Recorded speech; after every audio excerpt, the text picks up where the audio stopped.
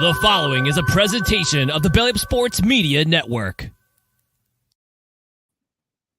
Here's what's cooking on today's Sports Stove podcast. We're talking fantasy tight end rankings, NASCAR playoff standings, and Major League Baseball. Some intriguing races there as well. That's what's cooking on today's Sports Stove podcast. From Belly Up Sports and the Belly Up Podcast Network, you're listening to the Sports Stove Podcast with your host, Vince Stover. Hey, good looking, what you got cooking? How's about cooking something up to me? Welcome in to an all-new edition of the Sports Stove Podcast presented by Righteous Felon Jerky. Join the flavor revolution, righteousfelon.com. Use the promo code STOVE15. That's going to get you 15% off your purchase. Well, it's another Wednesday night, so it's another sports talk show. I'm Vince Stover, joined, as I am every week, by my dad, Dale Stover. Dad, how you doing? Doing good, doing good. We just got 12 days till training camp starts, so it's exciting, the NFL, but there's a lot going on with baseball. Of course, we've got the All-Star game coming up here pretty quick. And like I said, baseball, the races are getting interesting. It looked like, it was kind of going to be cut and dry, but I don't think, that will be the case there. And I know we talked NASCAR some. There have been some fun NASCAR races watching lately. So that's been good too. And I've really enjoyed being involved in the fantasy league with NASCAR. I definitely encourage people next year. It really helps you get involved a lot more. Yeah, it has been fun. I got my oldest son into it this year too. So yeah, it's been fun doing that, getting back into that, of course, as well. Shout out to everyone going through the storms down in Texas right now. I know we got some members of the Belly Up Network that have been relocated, at least temporarily, because of that. So stay safe out there. I work for a roofing company, so I'll be calling the Houston Texans to see if they need me to come out and give me lots of money to fix the roof. But I guess that probably won't happen. That being said, we'll talk NFL first. I saw an interesting piece on the Jacksonville Jaguars edge rusher Josh Allen, who's changing his last name, and he'll have a new last name on his jersey, the hyphenated last name, now to Josh Hines Allen. A fun little story. I think it was on, I want to say CBS. I could be wrong on that. It could be NFL Network. I don't remember where it was, but go check that out. Fun story there from him, just talking about his lineage and things like that as well. So I thought that was intriguing. He had a great year last year and will continue, I'm sure, to have good years to come as well. But we've been talking fantasy football each week. We've covered quarterbacks, running backs, and wide receivers. Today, we're going to cover the tight ends. Then next week, we're going to start our NFL preview where we're going to start going division by division, and we'll have lots of good stuff for you there as well. So next week, we'll get into that. But today, we are going to rank tight ends. This is a segment we call the Fantasy Focus.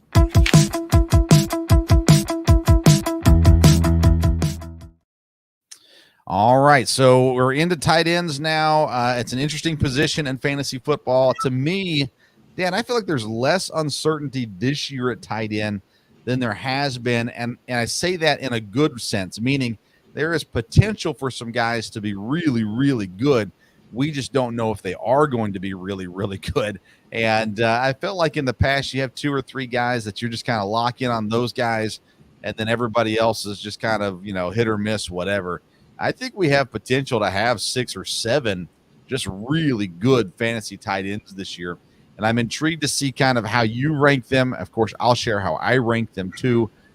So far, you've pretty much been wrong in all your rankings, but we'll give you a chance with tight ends still to see if you can come out of the deep end here. So let's start at tight ends. We've been doing these by tiers.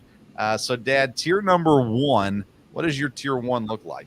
I've got 3 guys in tier 1 there, and they're not going to be the same as yours, I can guarantee, but we will see. Anyhow, I have Andrews from Baltimore, have Kelsey from Kansas City, and then I have Kittle from San Francisco. I know there'll be some question there. I've had him on fantasy league. As you know, I have always liked tight ends. I've always had tight ends on my team, and I've always made it a priority. And Kittle, I think, based on health, is just, as long as he's healthy, he's consistent. He's always going to give you, what you need there. And so that's the three I've got in tier one. Yeah, I don't have Kittle in tier one for a couple of reasons. I've got him in tier two for what it's worth. So not horribly far down from you. I think that the weapons in San Francisco take away from George Kittle. Having Deebo Samuel, having Christian McCaffrey, having Brandon Ayuk, it's just they've got so many weapons that I think it diminishes Kittle. He ends up being the third or fourth option in that offense, with McCaffrey being the first. And I'm very pro Christian McCaffrey. But I've got Kittle as a tier two. I think he'll be better this year than he was last year.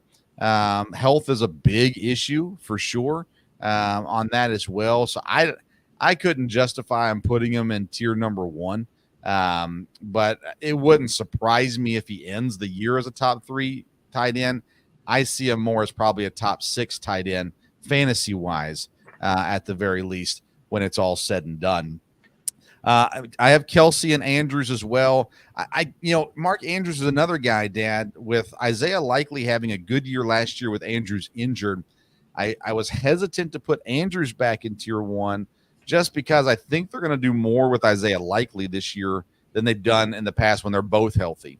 That being said, I did put Andrews in tier one because he is a phenomenal tight end. Obviously, he has the confidence in his quarterback has confidence in him. And I just think he's still going to be that top tier guy. The third guy that I have, though, is Sam Laporta in Detroit. I love the Green Bay Packers tight ends, but I desperately wanted them to draft Sam Laporta. They did not. And Sam Laporta had a phenomenal year last year. And, you look at those wide receivers. Amon-Ra St. Brown, of course, is very good.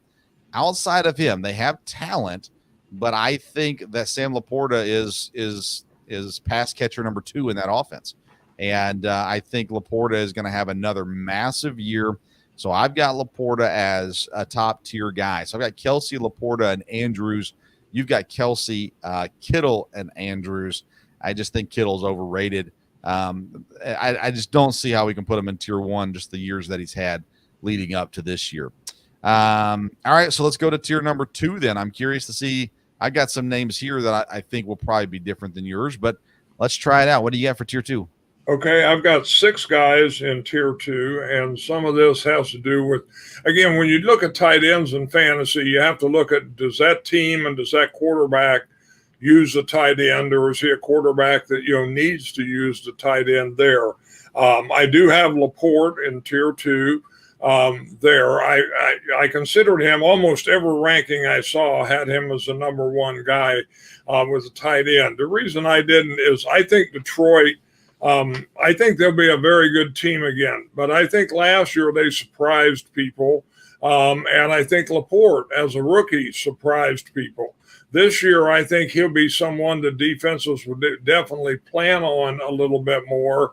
And so we'll see. He may have a better year than he had last year, but I think he could take a step down a little bit just because of the surprise factor. But he's very good, no doubt about it. So I have Laporte. I have Pitts from Atlanta. His talent is just too much. They didn't have a great year last year, but they didn't have a quarterback last year either. So, we'll see from there.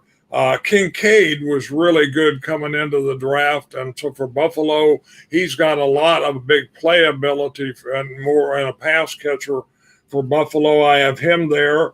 McBride at Arizona. People listed him high, so I looked at that a little bit. And again, I think with the quarterback situation, using a tight end there makes a lot of sense. TJ Hawkinson, he's just a great tight end. And he was ranked a little lower in a lot of people and I was surprised about that. But I think he's going to be, you got Jefferson But just like you talked about with Detroit, I mean, you got Jefferson, but then Hawkinson is a great weapon. Of course, you don't know what the quarterback situation is going to be. But like you've always said, with inexperienced quarterbacks, a tight end can get used quite a bit. And the other guy put up in tier 2, maybe could have kept him in tier 3. But again, I think as far as quarterback usage is Jacksonville is Ingram. Ingram has always scored well. And again, I think Trevor Lawrence will use him a lot. So that's the 6 guys I've got there: Laporte, Pitts, Kincaid, McBride, Hawkinson, and Ingram. Okay, so I was wrong. We've got pretty much the same guys. I did not have Dalton Kincaid in tier 2. I almost put him there. I did not, though. Kyle Pitts, listen, Atlanta is going to be, if Drake London and Kyle Pitts don't have good years this year, then they're busts. It's time to move on from them. So I think they will, whether it's Kirk Cousins is healthy or whether they go with the rookie at some point. It doesn't matter. I think Kyle Pitts should have a good year. And I know if you've drafted Kyle Pitts high in the past, you are hesitant to do it again. But I got Kyle Pitts in tier 2. I've got Evan Ingram in tier 2 as well from Jacksonville. Again, you just look at his numbers. It's where he belongs. I got George Kittle here. Trey McBride from Arizona. I'm with you as well. He had a very good year last year. You know, we just always assumed that Ertz was going to be the guy in Arizona, and really it ended up being Trey McBride. And so, again, you add Marvin Harrison Jr. to that offense, that's going to take some defenders away from McBride, even though he's very good. I think Trey McBride's going to have a really good year as well. And TJ Hawkinson, you know, I mean, the worse the quarterback, the better the tight end. Sam Darnold is, you know, at best a top 28 quarterback in the NFL. He's going to need his tight end. And Justin Jefferson will be covered. Jordan Addison is good enough to draw some attention where Hawkinson will have the opportunity. You know, I really like TJ Hawkinson this year. I think his value is going to be really solid. Like you said, some people have him lower, and I think that's crazy. And so I think talent-wise, TJ Hawkinson's probably a top 5 tight end. Fantasy-wise, he's definitely, in my opinion, a top 10. I've got him as a top 8 tight end this year as well. I would trust Hawkinson more than I would trust Evan Ingram, honestly. Evan Ingram is a guy that gives you the numbers and he gives you the stats. He's a good tight end. I don't know. There's something about Jacksonville that scares me a lot when I'm doing fantasy drafts. I'm probably going to avoid Evan Ingram unless he's just at a great value. But I think he deserves to be in tier number 2. So like you, I've got Pitts, Ingram, McBride, Hawkinson. The only difference is I had Laporta in tier 1, and I've got George Kittle in tier 2. And then Dalton Kincaid for me is in tier number 3, Dad. And it's one of my smallest tiers that I have outside of tier 1. My tier 3 guys are Dallas Goedert in Philadelphia, Brock Bowers in Vegas, Dalton Kincaid in Buffalo, and Dalton Schultz down in Houston. These are 4 guys that I would be more than happy to have on my team. I can wait and pass on Kelsey, pass on Laporta, pass on Andrews. If I can get one of these 4 guys, I'd be pretty happy with my fantasy team. And I think Brock Bowers as a rookie is gonna have a pretty solid year because, again, Vegas doesn't really have a quarterback. And so they're going to need their tight end. They've got Devontae Adams. They're going to need their tight end. And I think Brock Bowers is going to be that for them, even though they do have Michael Mayer, who will come up later in my tiers. I really like what Brock Bowers can do here. So I've got him in tier 3. Gotcha. In tier 3, I had Goddard and Schultz also. I think Schultz could have a big year. I really liked him at Dallas, and I think he can do well there. Along with them, I've got several. I've got Njoku from Cleveland. They use the tight end, even though they have a lot of weapons there. But, they're a team that's always used the tight end. Dallas loves to use the tight end, so I have Ferguson there. I'm not sure he should probably be that high. But, again, based on how they use the tight end, again, Chicago, you hear a lot about Cole Kmet, and he is a good tight end. And I think he'd be a solid tight end in fantasy, even though he probably will not be on my team. And but anyhow, I have him there, and then I have from the Packers Luke Musgrave. Again, I think he's going to be a major part of the offense. Again, they're going to spread the ball around a lot, but Musgrave is a big play guy. He's a tight end that can get down the field from there, get a lot of yardage. And again, he's one of your tall tight ends as far as in close. And I think he could really break out and have a great year. So I have Goddard and Schultz, and along with them, I have Njoku, Ferguson, Kmet, and Musgrave. So you don't think that Brock Bowers is going to have a better fantasy year than Jake Ferguson or Cole Kmet? I don't know, and that's because of the team and the quarterback. I thought about that. Bowers could really, he could be one of those tight ends as a rookie that just, makes a name, no doubt about that. But not knowing where you're at on quarterback, not knowing exactly where that team is going to be, I really contemplated at least putting him in tier 3. But I dropped him into tier 4. Just wasn't sure about that. He's probably a safe pick. Like you said, if you don't have a tight end yet and it goes down a ways, you're good. He would be an excellent second tight end to get, no doubt about it, for flex. Okay. Yeah. For me, Ferguson and Kmet are both tier 4 guys. I don't have a lot of confidence in those guys. Like, I think Cole Kmet is good. I think that you're going to see Caleb Williams really focus in on the wide receivers. I think Rome Odunze is going to have a really good season for Chicago. I think Kmet will do fine. For me, he was below the Goddard, Kincaid, Schultz, Bowers category. I just didn't think he fit in that category. Jake Ferguson I liked him in college. I like his situation in Dallas. But I'm not going to lie to you. I mean, Dak Prescott usually has big numbers. The Dallas receiving core has big numbers. We've seen Dalton Schultz do well there. I admit I'm a little worried about Jake Ferguson in Dallas. I think the tight ends in Dallas will do fine, but I'm not sure. I couldn't put them up there with Goddard and Kincaid and Schultz and that grouping either.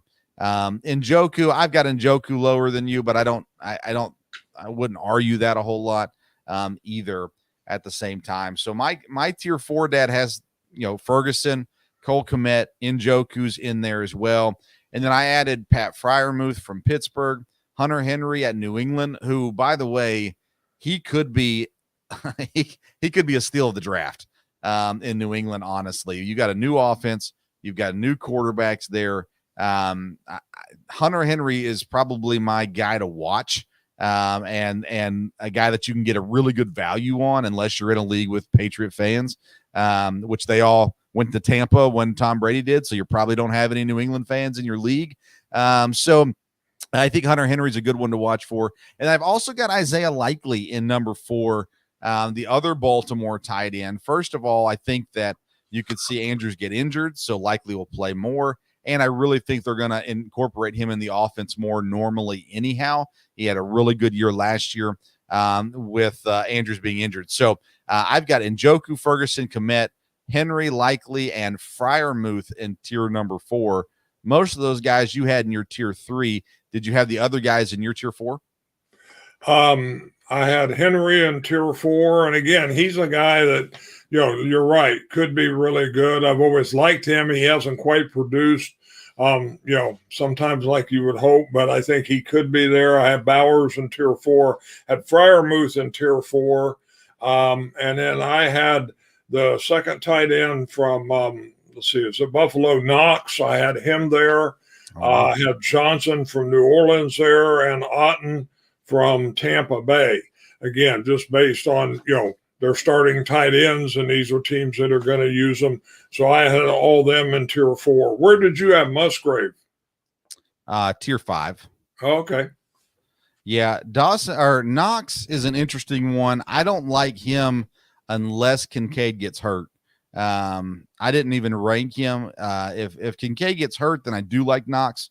but I cannot draft him. I cannot draft him for sure. To me, he's undraftable unless Kincaid gets hurt before the season starts.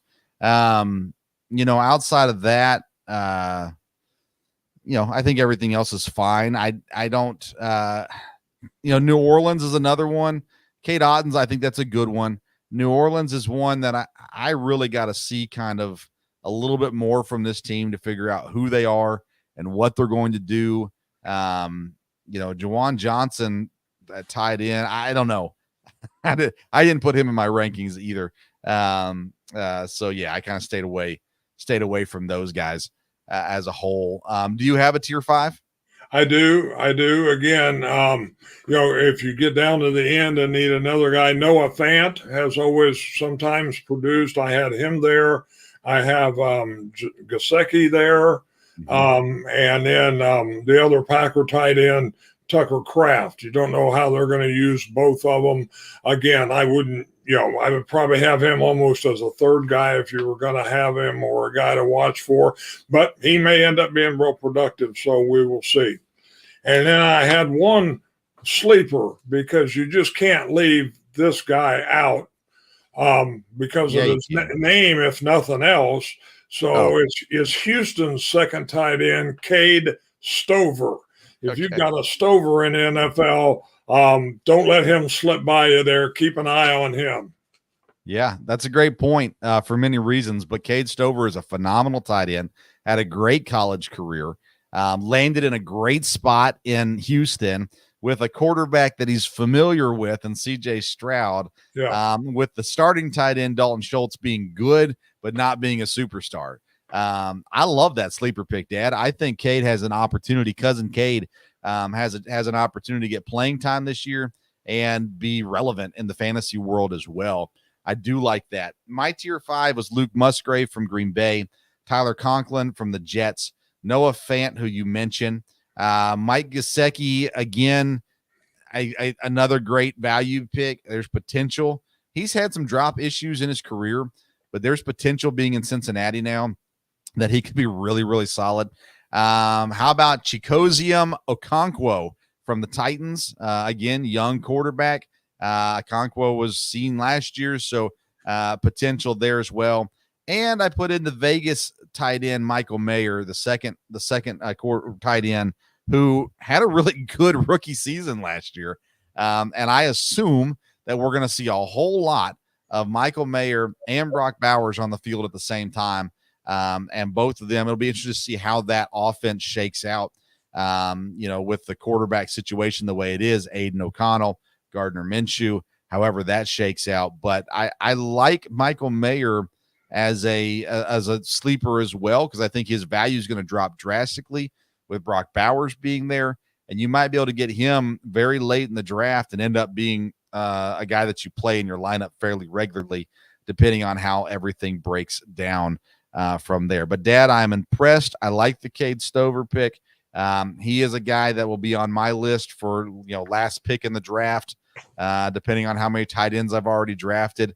Maybe grabbing some Cade Stover stock when it's all said and done as well. So we'll see. And I need to apologize to Buccaneers fans for embarrassing you about the New England fans. Caleb McChesney, appreciate you, man. He's living on a high right now with the Alex Bowman win this weekend. He still is a Patriots fan, even though Tom Brady left. So there you go. There's still at least one out there in the world. Of course, Dad, we were around Patriot fans for a time that were Patriots fans, then Saints fans, then Buccaneers fans, and all over the place. Who knows? So I apologize for that miscategorization of Patriot fans. All right, Dad, anything else with tight ends in fantasy football? No, I think it's like you said at first. I think there is a lot of tight ends. There are several good ones, but as far as needing a tight end, because sometimes, in a fantasy draft, you've got to let something slide. And in some years, if you let the tight end slide too much, you didn't have anything. And with our league and most leagues having a flex position now, right, of course you can use it, but you can use two tight ends, that can be a real help sometimes. And it looks like here, I think, in a 10-team league, it's probably too deep, not looking too bad. Yeah. Let's talk about a few things then. New York Giants. Darren Waller retires, leaves them kind of high and dry. Daniel Bellinger is currently listed as the starter for the Giants. They drafted a 4th-round tight end, Theo Johnson, as well. He wears number 47, so he can't be that good. Daniel Jones, Drew Lock, I go, man, tight end is a position you want to get with those quarterbacks. But I looked at it and I said, I just can't do Daniel Bellinger. Maybe as a shot in the dark late in the draft or something like that, but I can't depend on him to get things started. How do you feel about the Giants tight end situation?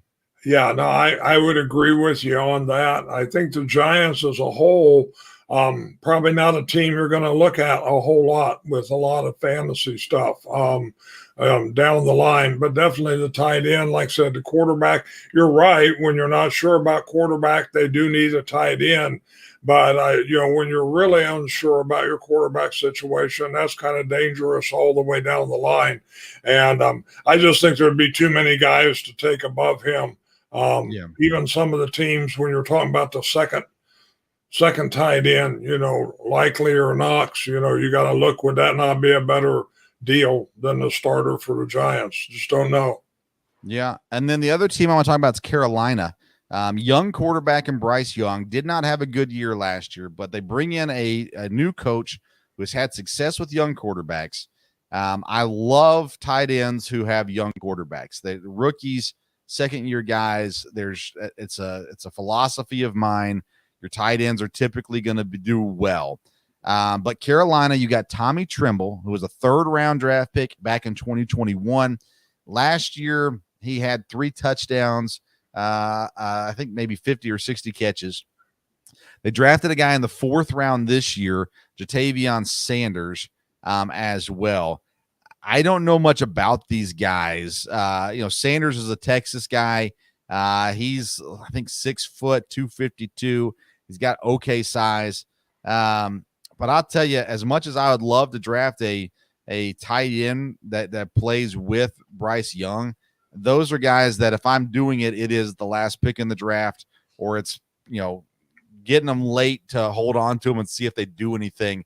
I don't have confidence in the Carolina tight ends. I do like, by the way, the Carolina receivers this year, but not the tight ends. Do you have any opinion on Carolina's tight ends? Yeah, I would agree. I don't know much about them, and that would be a great place for them to have a really good tight end, but don't know that they do. Carolina is one of those teams, fantasy-wise, I think, that I don't know your people are going to draft a lot of their players, but it'll be a team you watch for the first or second week and then see who is the go-to guys. Because, again, Bryce Young, I think, will be better. And, again, hopefully things will turn around there. But it's going to be hard, I think, before the season starts to know kind of where they're headed offensively. And Carolina will be one of those teams. There won't be a lot of people drafted, so you'll just have to keep your eye and, take a chance and say, hey, let's see if this continues. What about Miami? They go out and sign Jonnu Smith. He had some good years in Tennessee, played at Atlanta last year and disappeared.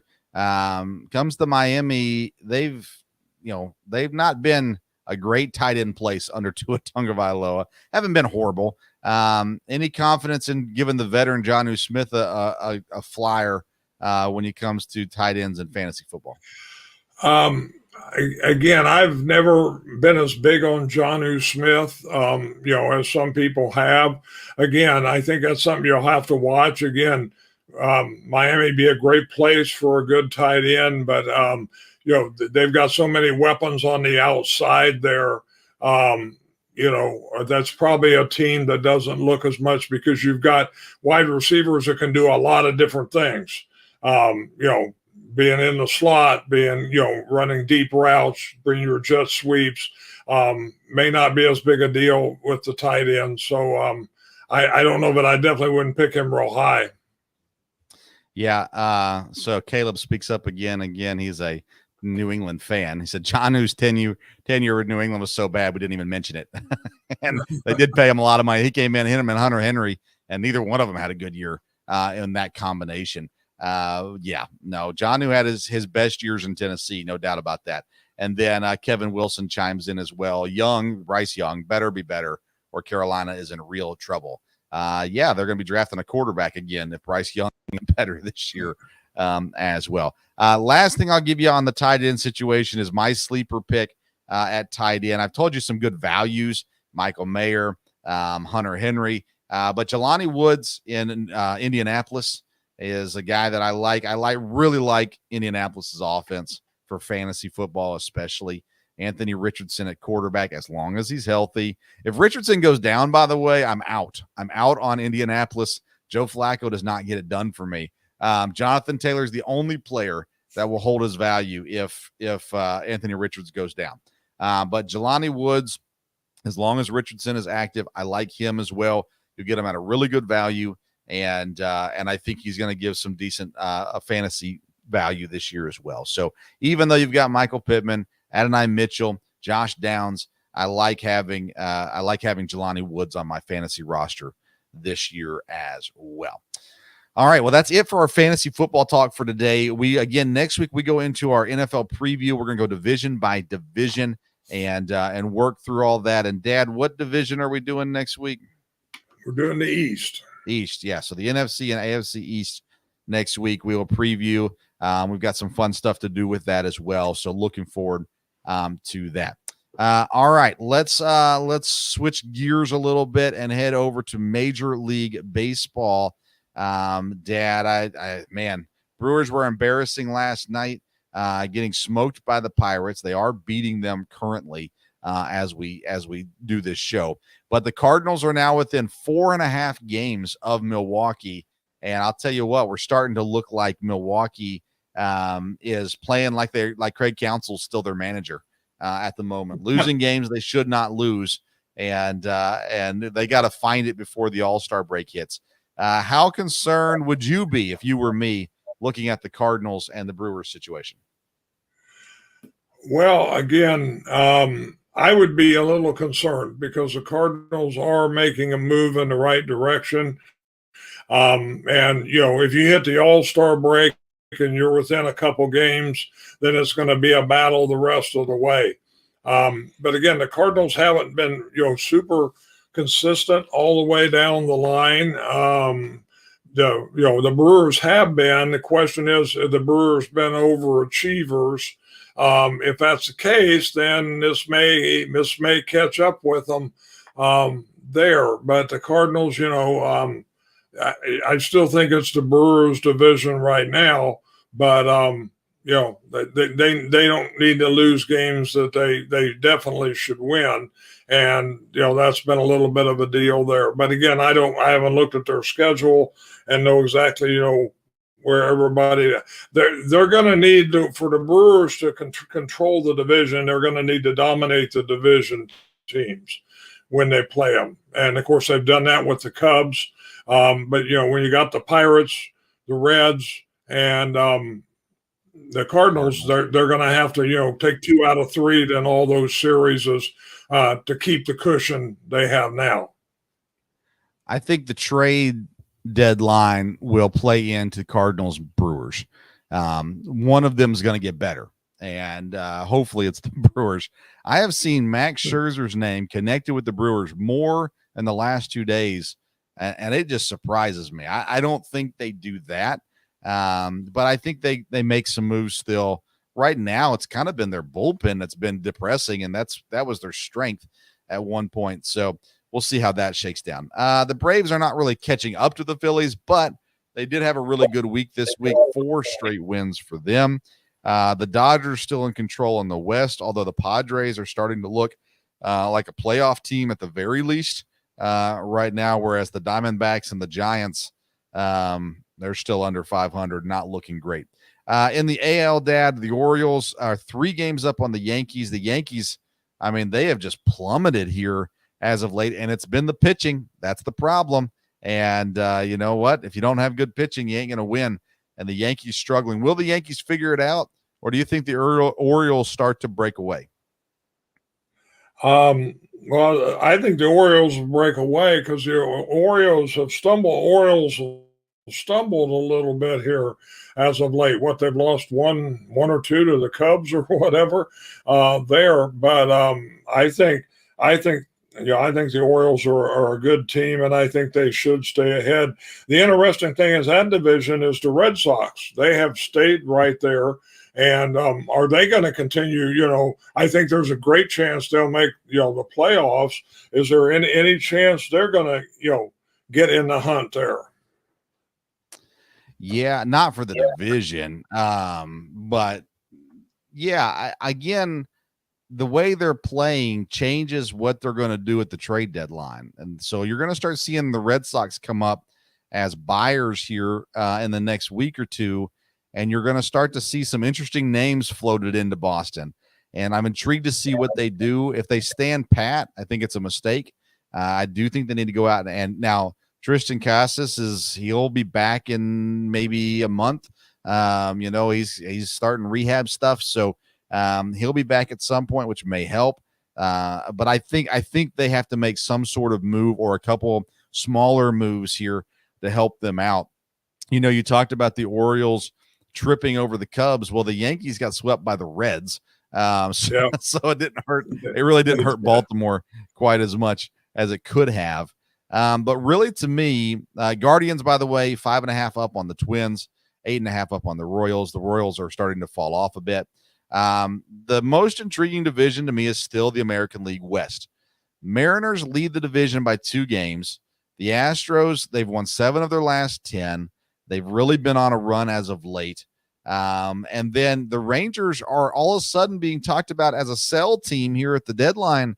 I mean, the Rangers were the best team in the West for most of last year, and now they're being talked about as a team that's going to have to ship off all their good players, or at least their pitchers, and just live for next year. What's going to happen out west with Mariners and the Astros, and maybe you can put in the Rangers? They've won 5 straight. So maybe they're figuring it out too. Well, I think the Astros, you and Kevin have talked about that. I think they're the team that can make a move. But again, it looks to me like they've stayed at 2 games out there for quite a while, and the Mariners are not playing that great right now. So, will they rebound? And like you talk about the trade deadline, will the Mariners make any big moves at the trade deadline, that would help them there? But Houston is definitely doing better, so we'll see. I don't know what the Mariners can do. Their rotation is fine. Their offense, I mean, they got a guy in Julio Rodriguez who just disappeared this year. You're not going to get rid of him. What can you add that's going to help you? I mean, Seattle's the one team that I think has the roster. They just got to figure out how to play successfully and start to do better. I mean, and again, they're first in the division, so it feels weird to kind of knock on them. But at the end of the day, Seattle is just – they should be better than they are. Houston, same thing. Houston should be better than they are, and I think they will be. I think they'll continue to go the right direction at the very least as well. So interested to see there what all happens. That race – is intriguing, though. You look at the wild card situation right now in the National League. You've got the Phillies, Dodgers, and Brewers leading the divisions, with the Braves, Cardinals, and Padres as your wild card teams. And then you've got the Mets. That's another surprise team, kind of like Boston. The Mets, the Diamondbacks, the Giants, the Pirates, the Reds are all within 3.5 games. You look at that list, Dad, and it's like, the Mets, you don't expect that. The Giants, we weren't expecting that this year. I wasn't.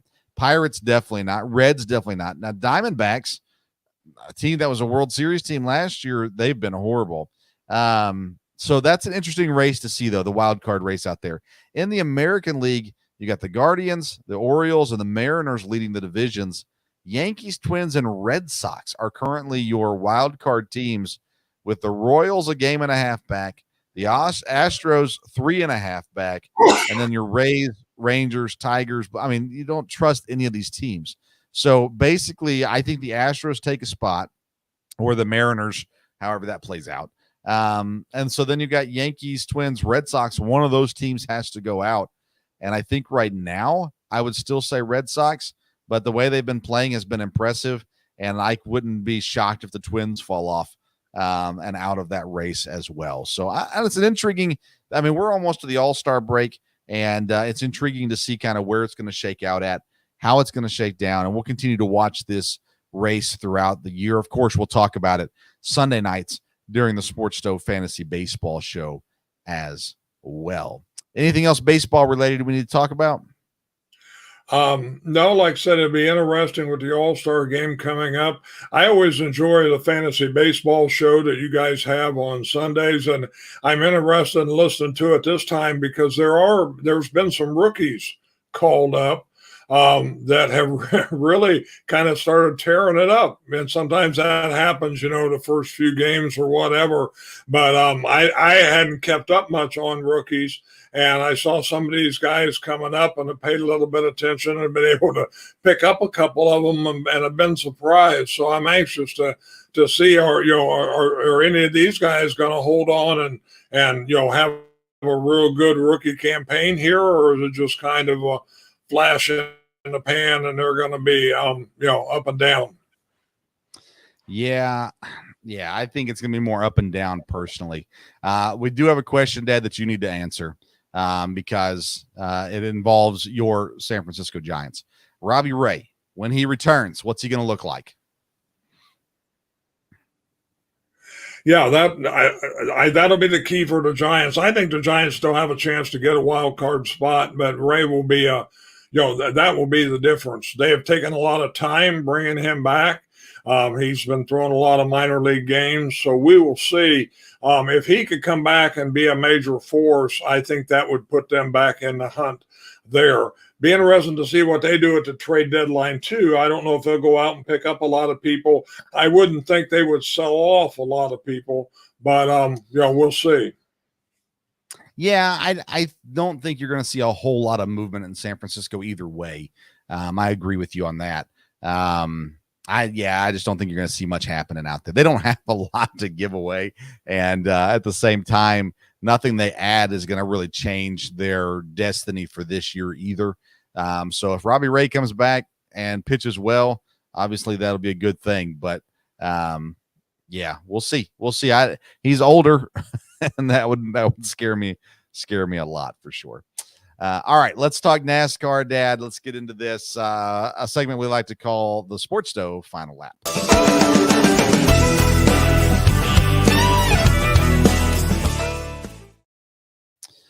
So NASCAR went to Chicago this week, a road race. The rain, of course, struck again and caused some issues for sure throughout that race. But really the biggest thing that comes out of the race at Chicago is how lucky Alex Bowman was. Just the luck into that win this week at Chicago. I mean, he's obviously a horrible driver that just kind of floats across the finish line in a lucky way. I'm kidding, of course. Congrats to Alex Bowman and his victory. We thought he would get a win, at least one this season, and he's finally made it into victory lane, sealing his spot in the playoffs, even though I don't really feel like he was ever in a whole lot of doubt to make the playoffs. Dad, Chicago, how much of it did you watch? Did you enjoy it? What were your thoughts on that?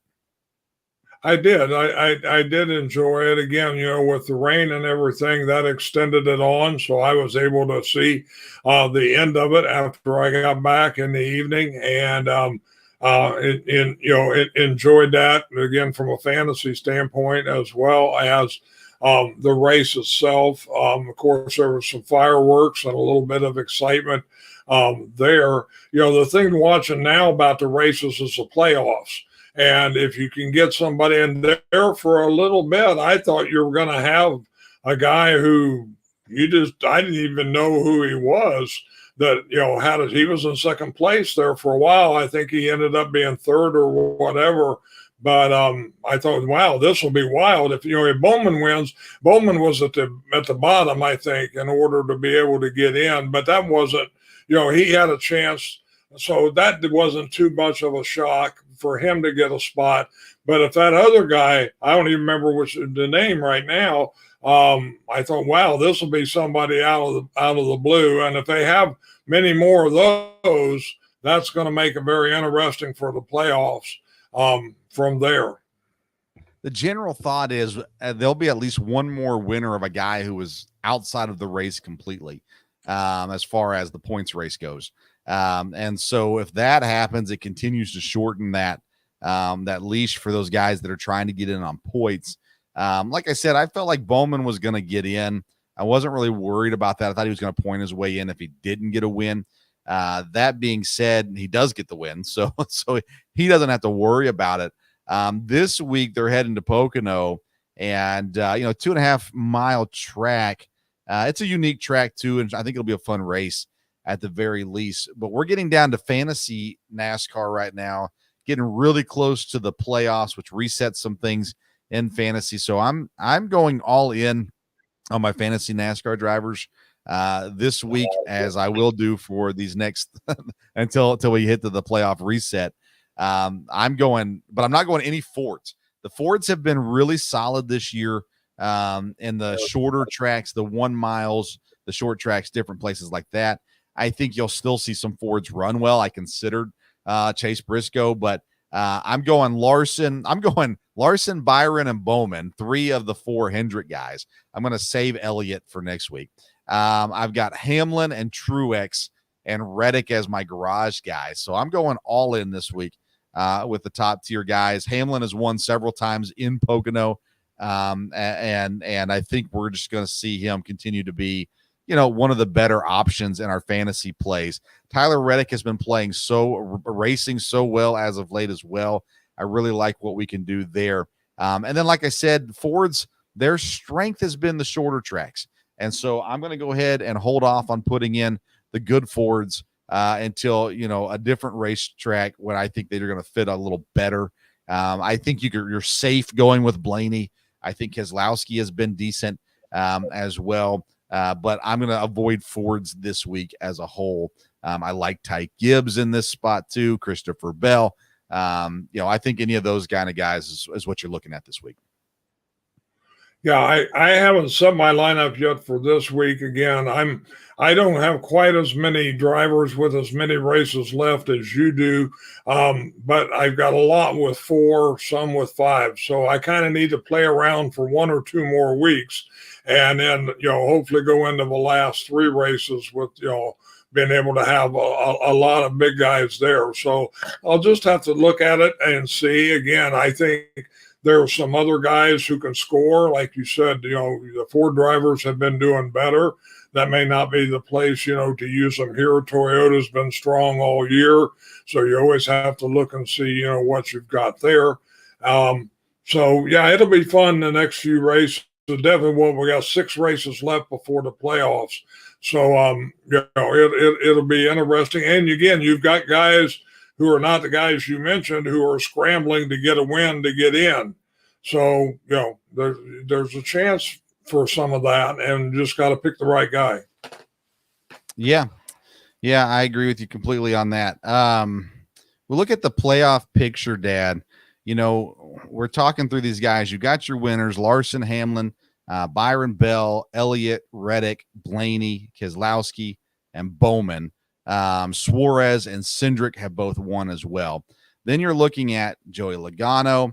Let's see here. Martin Truex Jr. Both of them are pretty well set. Ty Gibbs, pretty well set as well. Chastain and Buescher at the bottom 2 right now, with Bubba Wallace on the outside looking in. They need, at this point, let's say a Noah Gragson wins, who's had a really solid season this year. If he gets a win, well, then that's going to push Buescher out. If we get another surprise win, it's going to push then Chastain out. Then you're just getting down to it, really at that point.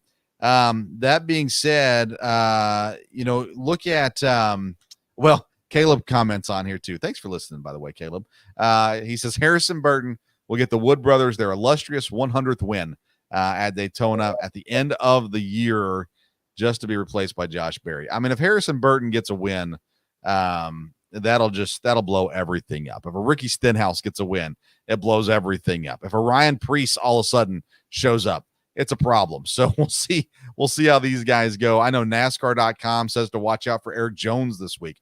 That would be crazy. At the end of the day, though, Truex and Gibbs, they're going to be in. Chastain and Buescher are the guys that you're looking at right now as in danger, with Bubba Wallace trying to get in.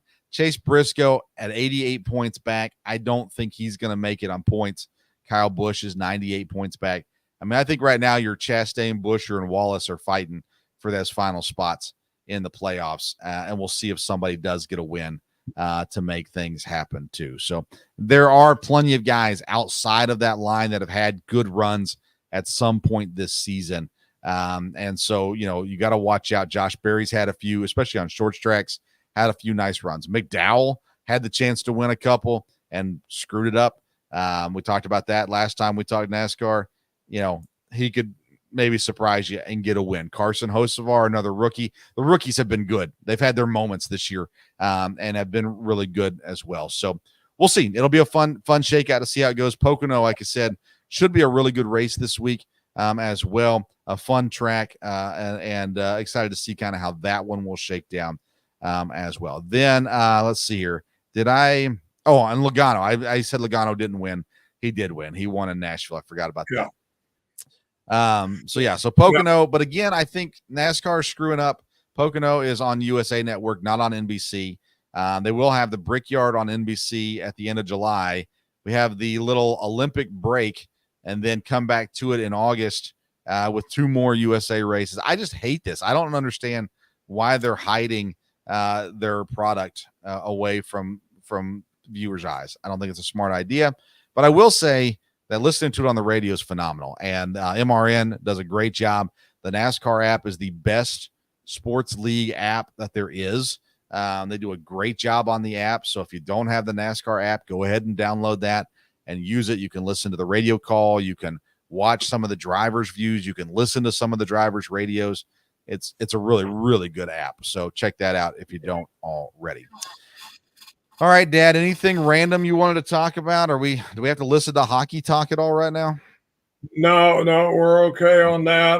Like I said, with NASCAR, I agree with what Caleb said there about Huckabar. He's a guy that I have kept an eye on and I think has some, potential here too and there are several guys like that. So, we'll just see how that ends up. But nothing else random. And like I said, be exciting to start into our NFL breakdown. We're going to do, like I said, do it in a very interesting way, and I think people will enjoy that. Yeah, Olympics. I'm sure we'll talk some about that as well, and be excited to see how that one shakes down. Also, all right. Well, that's it for tonight. Follow us on social media: Sports Stove at Sports Stove. RighteousFelon.com is your jerky stop. Use the code STOVE15 and you get 15% off your purchase. Tune in. Let's see here. What is tonight? Wednesday. So tune in Sunday night for the Sports Stove Fantasy Baseball Show, Monday night for the Sports Stove Local Hour, and right back here Wednesday night to talk more sports with us as well. Thank you for tuning in to this edition of the Sports Stove Podcast. Until next time, we'll see you around the Sports Stove.